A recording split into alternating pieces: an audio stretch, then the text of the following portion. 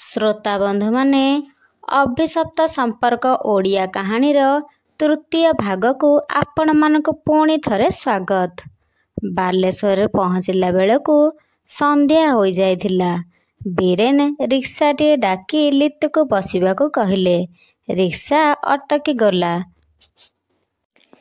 ତିନୋଟି ପିଲାମାନେ ଖେଳୁଥିବା ଗୋଟିଏ ଘର ଆଗରେ। ଲିତୁ ଭାବିଲା, ଏଇଟା ବୀରେନର ବନ୍ଧୁ ଘର ହୋଇଥିବ ବୋଧେ।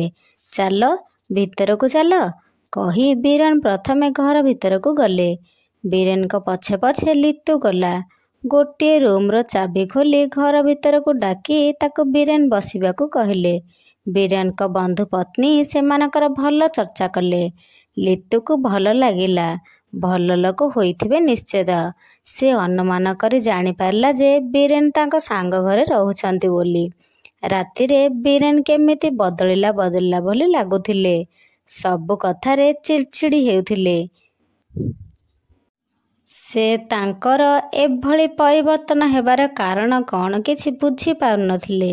ଲିତୁ ଧୀରେ ଧୀରେ ବୀରେନକୁ ପଚାରିଲା, ତୁମ ସାଙ୍ଗ କ୍ୱାର୍ଟର ଭିତରେ ଗୋଟିଏ ରୁମରେ ତୁମେ ରହୁଛ? ସେମାନଙ୍କର କିଛି ଅସୁବିଧା ହୁଏନି? ଏମିତି କାହିଁକି ରହିଛ? ଭଡ଼ା ଘରଟିଏ ନେଇଥିଲେ ଆମେ ଆରାମରେ ରହିପାରିଥାନ୍ତେ। ଏକଥା ଶୁଣି ବୀରେନ ଖୁବ୍ ଜୋରରେ ରାଗିଯାଇ କହିଲେ, ଦେଖ, ମୁଁ ତୁମକୁ ଯେଉଁଠି ରଖିବି, ଯାହା ଖାଇବାକୁ ଦେବି, ତୁମେ ରହିବ ଓ ଖାଇବ। ତୁମର କାହା ସୁବିଧା ଅସୁବିଧା ଜାଣିବା ଦରକାର ନାହିଁ। ତୁମ ନିଜ ଇଚ୍ଛାରେ ଏଠାକୁ ଆସିଛ। ମୋର ଇଚ୍ଛା ନଥିଲା କି ଆଗ୍ରହ ନଥିଲା ତୁମକୁ ଆଣିବା ପାଇଁ। ଆଉ ଆରାମ କଥା କହୁଛ? ସେ କଥା ମନରୁ ପୋଛିଦିଅ। ତୁମେ କାଲିଠାରୁ ଏ ଘରେ ରୋଷେଇ କରିବ। ଲିତୁ ଆଶ୍ଚର୍ଯ୍ୟ ହୋଇଥିଲା ଏକଥା ଶୁଣି। ଆଉ କିଛି ବି ଉତ୍ତର ନ ଦେଇଥିଲା ଲିତୁ। ତା ସହିତ ବୀରେନ ବିଶେଷ କଥାବାର୍ତ୍ତା କରୁନଥିଲେ। ବୀରେନଙ୍କ ବନ୍ଧୁ ସୁରେଶ ବାବୁ ଅଫିସରୁ ସବୁଦିନ ଡେରିରେ ଫେରନ୍ତି। ବୀରେନ 5ଟା ସାଢ଼େ 5ଟା ଭିତରେ ଘରକୁ ଫେରନ୍ତି ସବୁଦିନେ। ସେ ଲକ୍ଷ୍ୟ କଲା, ସୁରେଶ ବାବୁ ଆସିବା ପର୍ଯ୍ୟନ୍ତ ତାଙ୍କ ସ୍ତ୍ରୀ ଓ ବୀରେନ ଆରାମରେ କଥାବାର୍ତ୍ତା ହୁଅନ୍ତି, ହସନ୍ତି, ବୁଲିବାକୁ ବାହାରକୁ ମଧ୍ୟ ଯାଆନ୍ତି। ପ୍ରଥମେ ପ୍ରଥମେ ଲିତୁ ସେମାନଙ୍କ ସମ୍ପର୍କକୁ ଖରାପ ଅର୍ଥରେ ଗ୍ରହଣ କରିନଥିଲା। ପଛରେ ଜାଣିପାରିଲା ଦୁଇ ଜଣଙ୍କ ଭିତରେ ଏକ ଭିନ୍ନ ସମ୍ପର୍କ ଅଛି ବୋଲି। ଦିନେ ସେମାନେ ଦୁଇଜଣ ରୁମ୍ରେ ଗପୁଥିବା ସମୟରେ ଲିତୁ ସେଇ ବାଟ ଦେଇ ଗଲାବେଳେ ଦେଖିବାକୁ ପାଇଲା। ସୁରେଶ ବାବୁଙ୍କ ପତ୍ନୀଙ୍କ କୋଳରେ ମୁଣ୍ଡ ରଖି ବୀରେନ ଶୋଇ ହସିବାରେ ଲାଗିଛନ୍ତି।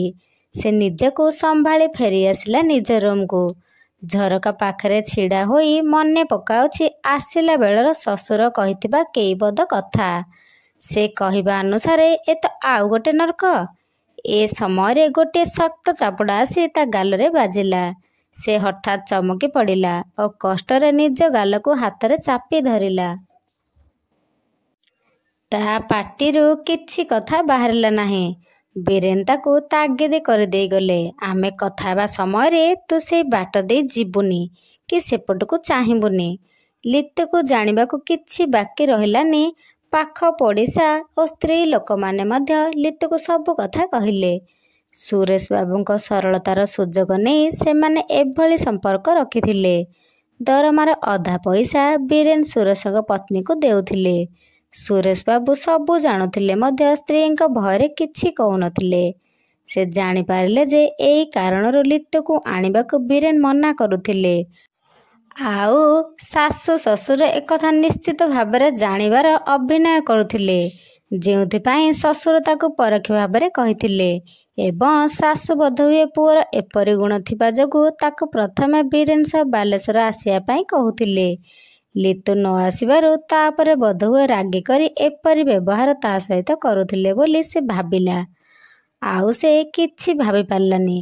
ଦୀର୍ଘ ନିଶ୍ୱାସଟିଏ ଛାଡ଼ିଲା। ବୀରେନ ବହୁ ତଳକୁ ଖସି ଯାଇଥିଲେ।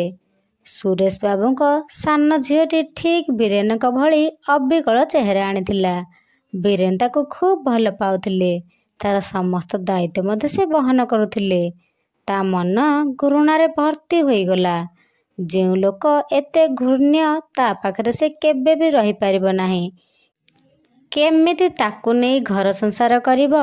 ଯେଉଁ ଲୋକର ନିଜ ଘର ପ୍ରତି ସ୍ନେହ ମମତା ନାହିଁ, ଗୁରୁଜନମାନଙ୍କୁ ସମ୍ମାନ ନାହିଁ, ତା ସାଙ୍ଗରେ କେବେ ବି ରହିପାରିବ ନାହିଁ। ଏହି କଥା ଘରେ କାହାକୁ ବା କହିବ? କିଛି ଚିନ୍ତା କରି ପାରିଲାନି। ତାରି ଭାଗ୍ୟରେ ଏସବୁ ଲେଖା ଥିଲା ବୋଲି କହି କାନ୍ଦି ଉଠିଲା। ଆଖିରୁ ତାର 2 ଧାର ଲୁହ ଝରି ଆସିଲା। ଶ୍ରୋତାବନ୍ଧୁମାନେ, ଓଡ଼ିଆ କାହାଣୀର ତୃତୀୟ ଭାଗଟି ଯଦି ଆପଣମାନଙ୍କୁ ଭଲ ଲାଗିଥାଏ, ଲାଇକ୍, ସେୟାର ଆଣ୍ଡ ସବସ୍କ୍ରାଇବ୍ କରିଦେବେ। ରହୁଛି। ଜୟ ଜଗନ୍ନାଥ।